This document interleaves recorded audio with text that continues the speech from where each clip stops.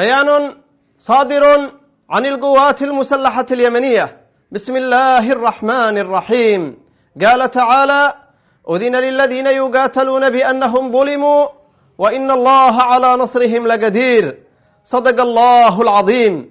وبينما كانت القوات البحرية في القوات المسلحة اليمنية تمارس مهامها الاعتيادية الرسمية في ترسيخ الأمن والاستقرار وحماية الملاحة البحرية، إضافة إلى أداء واجبها الإنساني والأخلاقي الذي أعلنه اليمن في منع السفن الإسرائيلية أو المتجهة إلى موانئ فلسطين المحتلة من المرور عبر البحر الأحمر تضامنا وإسنادا للشعب الفلسطيني. أقدمت قوات العدو الأمريكي على الاعتداء على 3 زوارق تابعة للقوات البحرية اليمنية، ما أدى إلى استشهاد وفقدان 10 أفراد من منتسبي القوات البحرية. إن القوات المسلحة اليمنية وهي تزف في خضم معركة الإسناد لطوفان الأقصى هؤلاء الشهداء من أجل فلسطين تؤكد أن العدو الأمريكي يتحمل تبعات هذه الجريمة وتداعياتها، وأن تحركاته العسكرية في البحر الأحمر لحماية السفن الإسرائيلية لن تمنع اليمن من تأدية واجبه الديني والأخلاقي والإنساني دعما ونصرة للمظلومين في فلسطين وغزة.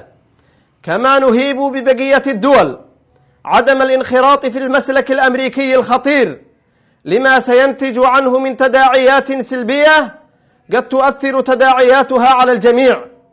وفي سياق آخر وبتوفيق الله نجحت القوات البحرية في القوات المسلحة اليمنية في تنفيذ عملية عسكرية استهدفت سفينة حاويات ميرسك هانغزو كانت متجهة إلى موانئ فلسطين المحتلة، وذلك بصواريخ بحرية مناسبة.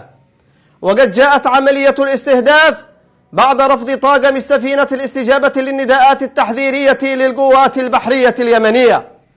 إن القوات المسلحة اليمنية تؤكد على ما جاء في بياناتها السابقة بشأن منع مرور السفن الإسرائيلية كافة أو المتجهة إلى موانئ فلسطين المحتلة، مع حرصها الكامل على حركة الملاحة البحرية إلى كل الوجهات باستثناء الكيان الإسرائيلي.